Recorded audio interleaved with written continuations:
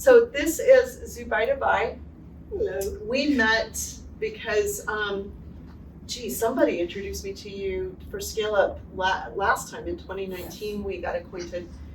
And Zubaida has this amazing social enterprise helping women in developing countries. So you want to tell your story? Sure. So before that, I'm just curious, what brings you here? Is the topic interesting? And in names, I think that'd be great.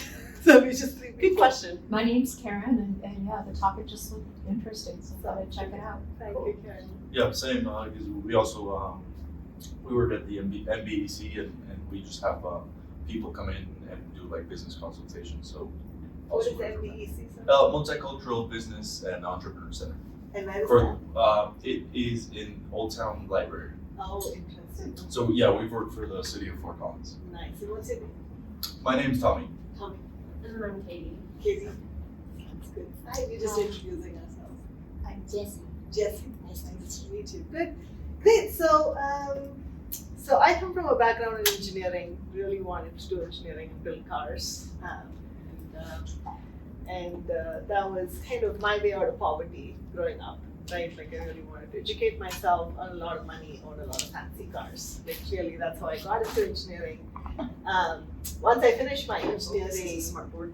I got into my first job, and the only thing I did for 12 hours a day was change dimensions on CAD drawings, on fasteners and bolts and nuts, and I was like, this is not me, I just can't do this, right?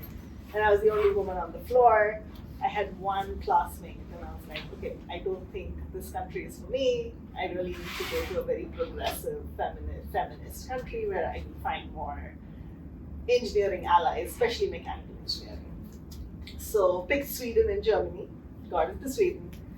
Again, had one girl doing engineering with me. So did my master's in engineering, came back to India and had my dream job. And right then I saw a newspaper ad that said product development engineer needed for the rural poor. And I was like, this is interesting, like what does this mean? And I had finished my master's in engineering, specializing in product development. So I wrote to the guy and I was like, what's this job about? And he called me for an interview and offered me a job within 15 minutes. Wow. Like, it was like they were looking for somebody to help with product development and design, and they had found nobody for a year, and I had like the exact qualifications for it. So I took it up as a 3-month gig and was like, let's see where it goes. Gave up my corporate job, and that ended up being kind of my passion, my life. I developed a lot of products in agriculture and healthcare, and got a gender lens to it, right? So I realized that pretty much every product in agriculture is not thought about as being operated by a woman. It's very much a man's world. And so it became kind of a very interesting new field. I won a lot of awards, accolades. It was something that nobody else was doing. But I started getting very frustrated because all these products were winning so many awards, but none of them were going to market. I was like, what's the point? Like, why are we developing all these products and they're all great and everybody's, enjoying and celebrating what's being built, but it's not serving anybody. And so I became an investor in early stage products so that we can take them to market, and started thinking about business plans, commercialization, corporate marketing, all the like. And then started a company after that.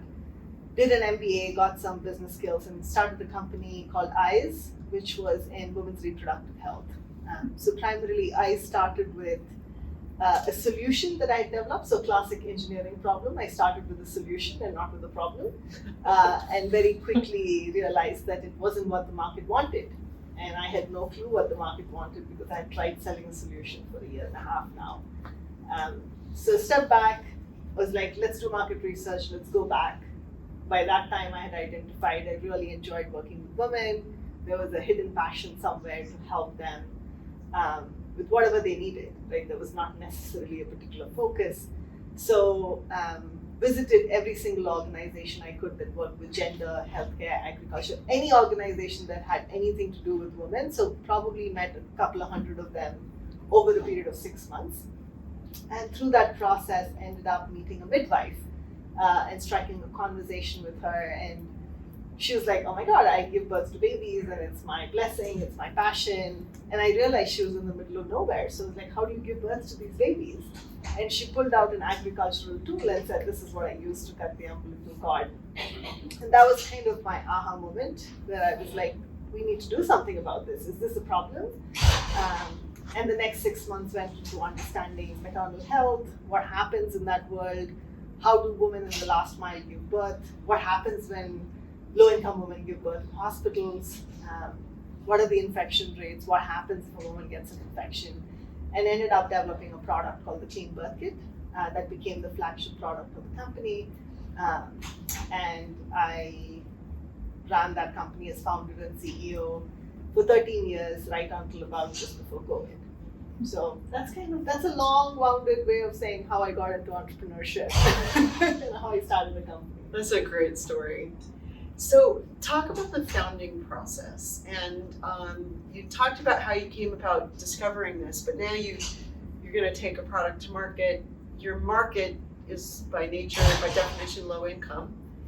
And so how did you go about starting a social enterprise where you still need to make money? That's right. Yeah, so I think we were competing with, so first of all, when we identified the need, there were a lot of freebies being given for women giving birth at home, right? And they were really crude. And the more we looked into the problem, none of those products were being used. People were raising millions of dollars and making these kits and donating them, but none of them were being used. Or most of them were not being used.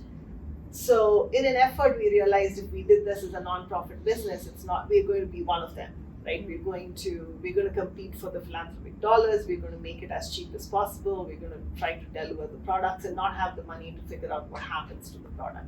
So it was a very intentional shift to say this is going to be a for-profit business, and we have to figure out a way where we give women, it started with the mindset that the poor are not poor in mind. Right? Like if a woman's going to give birth to a baby, she knows that her life and the baby's life is important. You don't have to educate her on it. You just need to be able to give her a product that she can afford and she can pay for, and she realizes what the problem with it is. So advocacy became a huge part of our work, and luckily we had spoken to so many nonprofits, in the research process, that we had access to all these organizations who were willing to step up and be our voice to the last mile. So, developing the product took about a year with market testing and, feedback. And I think the biggest bummer for us was when we launched the product, we were like going back to all the women we did research with, we identified women who were pregnant, gave them the kit, took the money, went home, and we were like, yay, this is the business, right? Like we succeeded. In a month from then, we were figuring out like manufacturing, logistics, reaching to women, and I got a call from one of these women I had sold the kit to, and she said, oh my God, you literally made my life a hell. Like I took this kit to the doctor, and the doctor was like, who are you to tell me what to do? She got really mad at me, and she was like, she didn't treat me well through the process. It was a disaster. Like, why did you not tell me that the doctor didn't know about it? Oh my goodness, that was a big awakening call. We were like, what have we done? Like, we tried to help her. And then we realized that even here, if you're going to go to a doctor and say, this is the surgery I want you to do on me, this is how I want you to use the product on me, the doctor's going to be like, go away, right? We didn't think about it. And especially in a country like India, the equation seemed to be really skewed. The doctor had the final word, the patient never opened their mouths. And the patient's a woman, And the patient's a woman, and she's a pregnant woman. No credibility. So there's no credibility at all. And she doesn't even understand what an infection is. So forget about her explaining why the product's needed to the doctor. So we had to quickly go back to the drawing board, and we were like, well, we're not going to sell to the woman, then who are we going to sell to, right? Like, who's going to buy this product? We started figuring out that we need to sell this to the doctors now, and the doctors don't buy products, right? Like, and there is a whole pharma industry competing for the attention of these doctors. They have amazing high-end gifts given to them for like vacation packages given to them for prescribing medications. Like it's a thing, right? And so we were like in no man's land. We were like, we have no credibility. Our product does not give us enough margins to share with the doctors. What are we going to do? I remember going to a very small, we were like, let's go to the gynecologist and talk to them, but we spent hours and hours waiting for them because we were not a patient. We couldn't go in as a patient. We were not a pharmaceutical agent, and we had no credibility. Like, what's a social enterprise? Who knows, right? So we finally got it in. I remember paying a couple of $100 into going into this gynecological conference and doing some Google research on who's like the advocate of women in India and stuff. And this woman was walking around, and I was like, "Can you please introduce me to her? Can you please introduce me to her?" And everybody was like, "Oh, she's so busy. Like, who are you? Are you a doctor? Are you an emerging gynac? Like, which university?" And I was like, "No, I'm nobody, right?" And then I realized, I was like, the only option I have is to go talk to her myself, or nobody's going to introduce me to her. So I remember walking up to her and saying, "Hey, can you give me 3 minutes of your time? I want to talk to you about a product." She's like, "Sure." And she sat down and she was like, "Oh my God," like at the end of it, she gave me 10 minutes. And at the end of it, she was like, "So which college do you go to?" I was like, "I don't go to a college. I'm not a medical person. I'm not a pharma person. I really believe that there is a problem and we need to solve it." She handed me her mobile number and said, "You come to my city, we'll sit down and talk. I'll give you 30 minutes. We went to her, and it became a process where we started going to these conferences where gynacs were going to upgrade their education, to learn about new medications, and we would go there and talk to them, and they would give us contacts, hospitals where they would go deliver babies. And they would say, "Well, if it is stocked in the hospital, then we will make sure to use your product." So now we started going to tier 2, tier 3 cities. Quickly we went from 0 hospitals to a couple of hundred hospitals. And now the gynacs all knew about us because we were going conference to conference, cities to city, where they were not bombarded by other asks. They were going to learn, and this became a process of learning for them.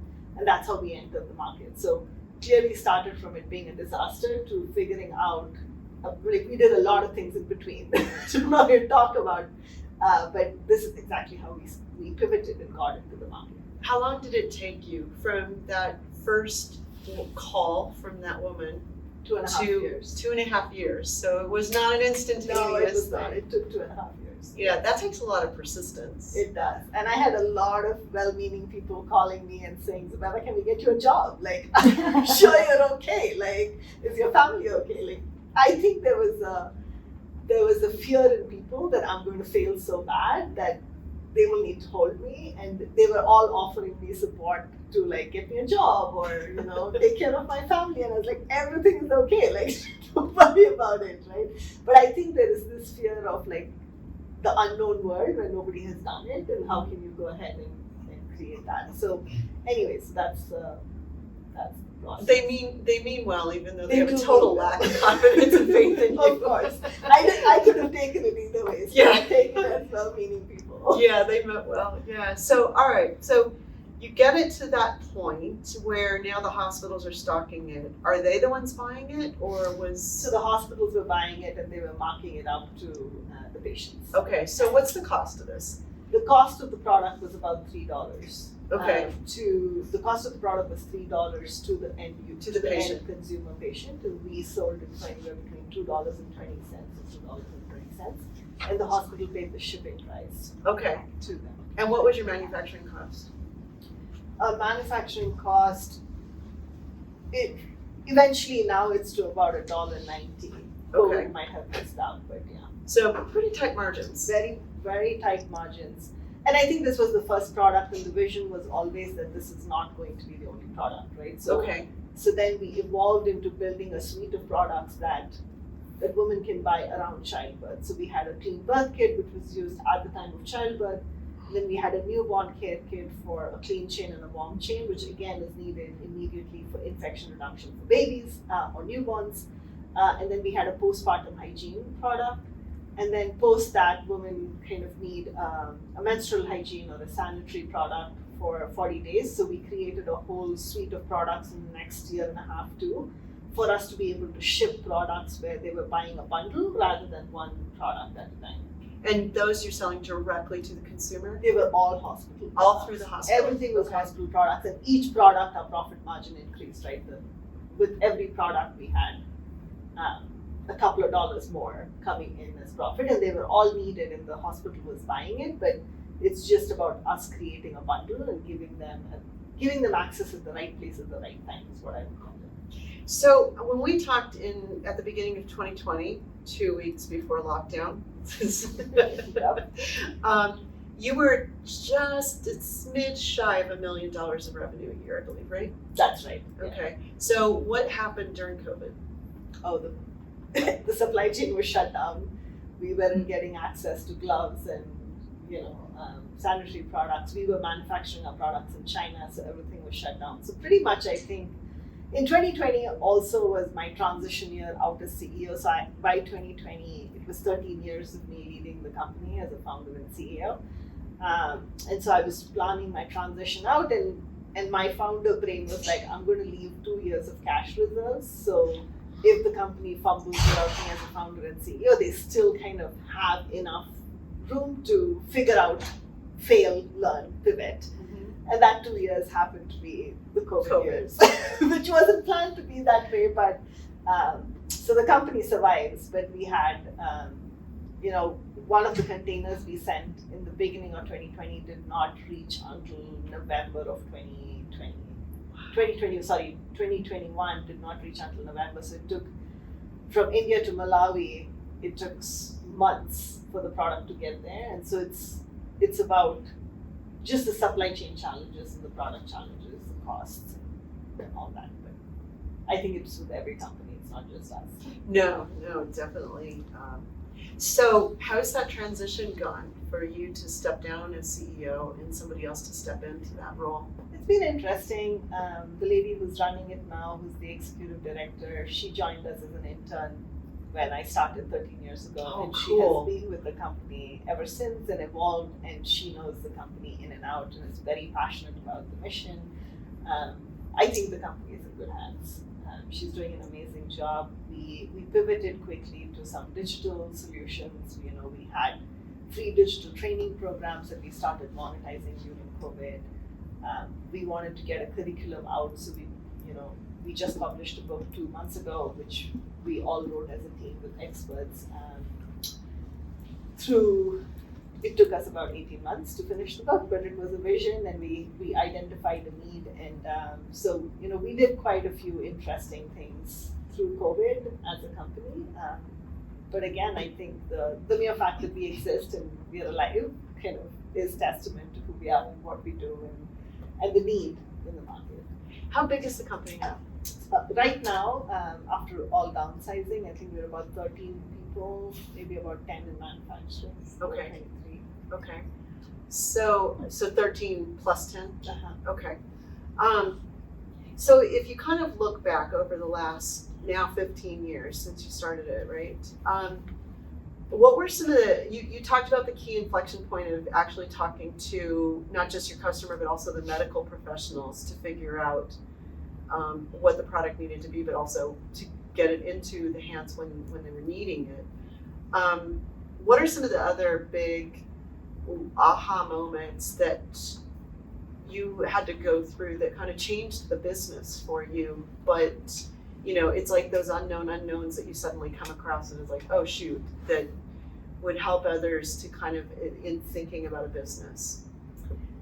There's many. I think the first one would be around fundraising, right? Like, who's going to be your investor? You need to do this business at volume, at scale. How do you raise the right kind of capital, bring on the right kind of investors? And many of the investors kind of came to us and said, well, we'll match, like bring more investors to the table. And so it was always like, we give you a couple of million, you got to go raise a couple of million and match. And I did think that I had to spend so much time and energy through my It's business. shocking, right? Yeah, I was like, how much time am I spending fundraising for this? Right? Like at one point, 4 years into the business, I was like, I'm spending 100% of my time fundraising. Yeah. Like, there is nothing else I'm doing. I don't know what my team is doing. Like, I'm just trusting them with running the business. I can't think of strategy. I'm on the road, I'm living out of a suitcase, and I have no clue, right? So I think that's a big learning on how much time you need to spend fundraising and how how can you be efficient, especially in a sector where there are not defined investors and who's going to bring money to the table. I think that was that was a huge lesson learned too. I think we were also as we, there was a particular product where my entire team and investors were all convinced that we needed to go B2C again. And I was like, no way. I kept resisting it, but I was like, if everybody's saying it, there must be something right. And I gave in, and we lost $500,000 over 7 months because we were trying to sell women's sanitary products, and J&J and P&G were like outbidding and killing every new competitor, and I didn't even realize they would bother about a company like us or outbidding us, or so I just feel like those are things where sometimes you give in, and sometimes you just spend too much time on things that don't matter to you and you don't want to do them, but you have to do it. It's a necessary evil. So I feel like those are the two big highlights that I would say, where we started B2C, we failed, we went back to B2B. 6 years into it, we went back B2C and lost a lot of money again. So, yeah. Sometimes you have to learn the lesson more than once. Exactly. Like I knew it was going to happen, or maybe it was just me wishing for it to happen, but a B2C is a completely different beast. Yeah. And the kind of capital required is I would spend my lifetime raising that kind of money. Yeah. So We did a fundraising round for a tech company, and 18 months of like almost full-time effort for my co-founder, and he was also the visionary, and Yep. and so like the tech strategy was all him. So then it's like crap, and we almost went out of business. that's true. Yeah. And then you end up you don't have a choice but to sign a not very good term sheet because it's that or bankruptcy. That's right. Which, not fun, but it's part of the reality sometimes. Yeah. So, if you were gonna do it again, what would you do differently? If I were to do it again, I would spend more time on strategy and fundraising upfront, and then allow myself enough time to implement, fail, and learn from it, rather than do it on the go. I think as a first-time entrepreneur, I was failing, learning, getting up, going, raising money, coming back. And if I were to do something else, I would not. So I'm a visionary. I think 10 years out, 20 years out, and my team was always scared. Like they found it very intimidating to talk to me because they never understood what I was telling them. Right? Like they could not think beyond this week's targets, 1 month, 2 months, maybe a year out. But every time they spoke to me, I was coming from this, where are we going to be in 20 years and how are we going to work backwards? And I think the first year I scared a lot of people away, and they just didn't understand. So I had to very intentionally, I think now, I'll talk about my transition, what I do now, but I think I'm very intentional about, even if I have a big vision, how do I create bite-sized chunks of that vision, and how do I communicate that to people or to team members who can implement, right? And give them that, show them the light at the end of the tunnel, and as they get closer, show them a little bit more. And as a leader, I think that's very important for you to communicate what your team can get their arms around, rather than give them a lot more of what you believe is going to happen. That's really important. So I'm assuming that you have to be very, very intentional about planning how you're going to communicate. That's right. Yeah, that I could learn from you. So one of the things that Charles Fred talked about today in the keynote and in the endurance section was the importance of predictability, and it was trust, right? Credibility, thank you. Predictability creates credibility if you can, even if the reality that you're seeing isn't great, the credibility that you're not lying to your team is super important to build that trust that builds that relationship and the ability to endure. Because like you said, it's a 15-year-old business. And he was talking about that it typically takes a company on average at least 12 years to scale to 10 million. And a lot of companies don't build in that endurance and that expectation of what it's gonna take. I think that communication you're talking about is one of those. It definitely is. And I think, again, your company needs different skill sets at different times, right? The team that you have who can roll up their sleeves and work 24 hours a day at the startup is not the team that's going to help you move from the startup stage to let's get into the taxi mode now, and then definitely take off as a different team and scale as a different team. There are some people who evolve and build themselves throughout. Like a certain intern. Yeah, right. There are some people who understand. If you can intentionally coach them to be a part of the next team, and I think that's what I miss doing a lot with fundraising. Was like I couldn't build my team to come along with me, and those who were intentional about connecting with me and growing and filling the gaps in their skill sets as they needed it stayed along. Right, I have at least 4 employees since I started today. Wow. Right, so it's not that it's impossible. It's just that it takes a lot of intention on both sides for that to happen.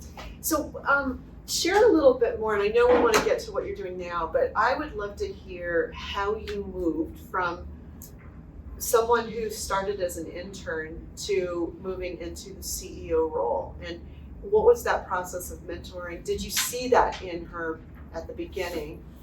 Sort of what just show us that process. That's a really interesting thing. I don't really know if I can show you the process. She's definitely a very passionate, motivated individual. She came to us as an intern wanting to do a master's thesis in media, in electronic media, and maternal health seemed to spark her interest.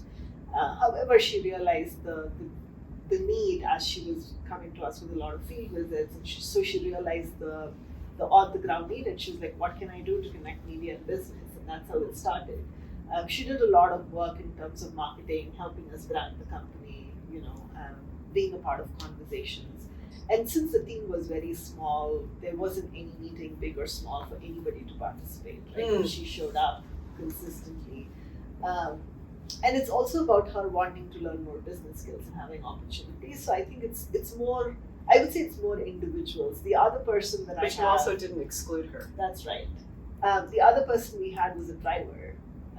His job was to just drive us around all the places. And, when we would go from one place to another, he would ask a lot of questions and we would respond. And he was like, oh my God, this seems interesting.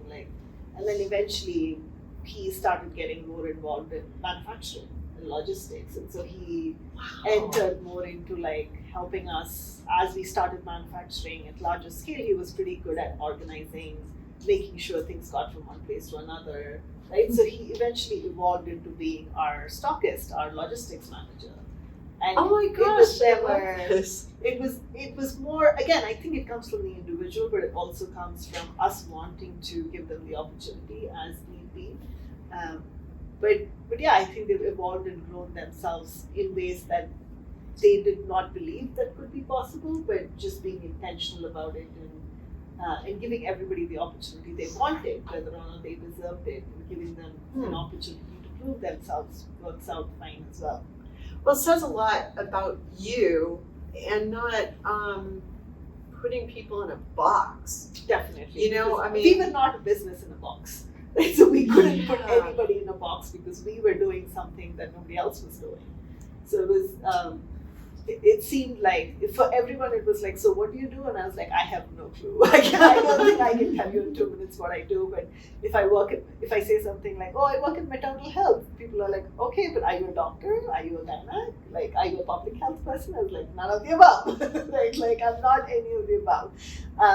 I would walk into rooms with my investors and, most of them would assume I'm a gynecologist. I'm not, right? So I think it all comes down to you being a company that's different, and so you attract different kind of people. That's interesting. So you were overcoming the same biases that would have prevented your driver from moving into logistics and operations, or an intern from becoming a CEO. That's right. That's really cool. All right, so talk about the transition. And then guys, get ready because you're going to have to pepper her with questions. Pepper me with questions. So I stepped down as CEO and really wanted to set up a $100 million fund to invest in female entrepreneurs. And That's right, you were working on I that. was working on the Yeah. fund when I met you, Yeah. and I didn't have investing experience. I had operational experience, so I got a partner who had investing track record. And come COVID, he decided he didn't want to take the risk, right? And so it was like, okay, so be it. And I couldn't do it alone. And I was like, I'm going to take a sabbatical and do nothing for a year, and we'll figure it out. And I got called by an organization called Care International, which is an international humanitarian. It's been around for 75 years. And they wanted somebody to come lead their division called Care Social Ventures, which was primarily for-profit businesses that they spin out globally. So I manage and operate now all their for-profit businesses globally. So instead of running one company, I manage many more, a portfolio of companies. How many? We have about 13 now, and we have a pipeline of 100 more. Wow. Yeah. Wow. That is cool. So what kinds of things are those companies doing? So the companies vary from healthcare to fintech to education to last mile distribution. So it's pretty broad. The intention is to take philanthropic projects. Let's say a donor came and gave you $5 million to do X over 3 years. At the end of 3 years, everything shuts down. Everybody goes home, right? But the assets of that project still remain. So what can you do? Can you create a business model around those assets? Is there a value of those assets in the market? Can you hire a CEO and convert that into a business, right? So that's what I do, is to do an assessment of all these large scale projects that happen, what assets they carry, what are their financial, operational, and social impact metrics if they were spun out of the business, and then we hire CEOs to come run those businesses, and then I work with the CEOs to kind of help them with strategy and business planning and fundraising. How fun. Yeah, it's a fun job. It's really fun. All right, questions? So how do you do the fundraising? How do I do the The fundraising? fundraising, yeah. That's So an interesting question. I don't think I'm a good fundraiser. However, I do believe that I'm able to, if I'm really passionate about the cause, which I'm passionate about a lot of things, anything related to women and girls, right? Poverty, hunger, those are the keywords. Like if anything related to that comes up, I'm able to communicate that message to the right audience and make the right ask. I think that's fundraising for me, right? If I'm able to believe in a cause and be an advocate for that cause and advocate at the right channels, then they feel privileged to be a part of that movement. That's how I look at it as fundraising. That's how fundraising works for me. I'm not like a fundraiser who would call people and ask for money, but I'm a fundraiser from a perspective that I can communicate a larger problem to the right people. So you show them the problem, the needs. Exactly. And how do you design what kind of audience you invite? It depends, right? So it depends on what your cause, who's there. I can write a book on, I always joke about this, have you spoken to the Gates, right? Because every second person, the minute I say I work in healthcare, maternal health, they're like, you should go to the Gates Foundation. And I'm like, okay, but there is there's hundreds of investors and donors out there. Of course, Gates is the one with the largest pot of money, but then their pot of money is dedicated to specific causes, and they are philanthropic, they're not business, right? So it depends on whose mission and vision are aligned with you. Because again, the last thing you want to do is have an investor that's not aligned with your vision. Right? You want everybody to be in there for the right reasons. And that takes work, right? It takes work, again, coming back to showing up, being credible, being trustworthy. Are people going to take you seriously? And being predictable. And being predictable, right? I'm sure if I go talk now today about cryptocurrency, nobody's going to take me seriously because that would not be what they would predict of me to talk about. But if I talk about, how again, I'm just totally making this up, how cryptocurrency could enable women to have a better agency, and how can they have access to digital currency that will help them get out of poverty, that makes sense, right? So it's about what you stand for, who you are, and how you've decided to show up in the world. Good question. Thank you. So just to have a bit more background, so you sold these kids to the hospitals. Did these women have type of insurance, or how did they afford those? So it those depends, kids? right? So institutions And what was was one their of our, income also? yeah, so institutions was one of the channels, right? So we would tender to UNICEF, like big multilateral agencies, governments would buy in bulk from us. Eventually it needed to come back to that. I think hospitals and clinics was about 25% of our sales. And the way it would work is they are coming in and they're going to charge the woman for a pregnancy, right? And she's going to choose the hospital where she can afford that package. Either that package is given by a government insurance or subsidized by the government or private insurance, or they're paying out of pocket. And most often than not, the cost of the kid became a part of the package, right? So instead of buying different supplies for the surgery, here we had the right thing to give it to them. So it became part of various processes and structures, but we didn't need to worry about it because we just had the doctor saying, I want that included. And that's the way we strategically positioned ourselves to say that the person who's going to use it, like our consumer, it was not the woman, it was the gynecologist, the person who's going to use it wants to use it.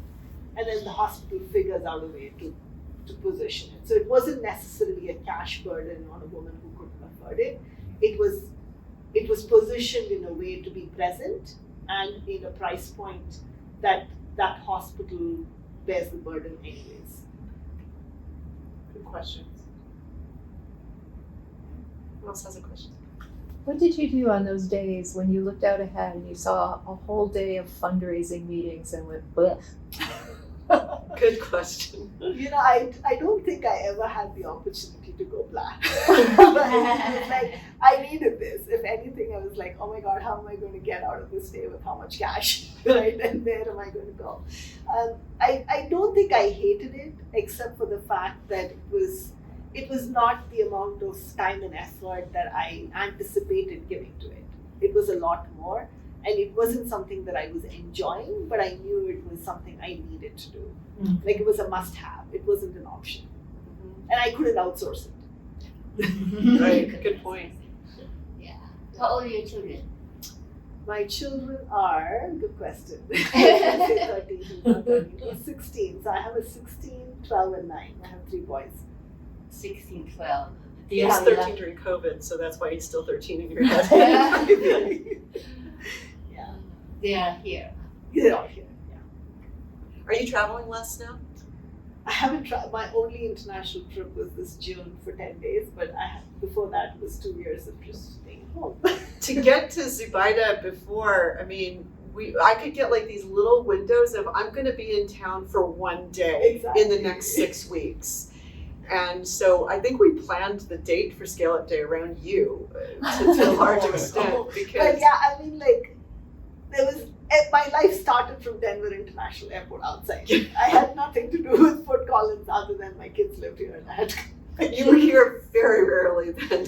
yeah. But I spent about 8 months traveling in a year, pretty much.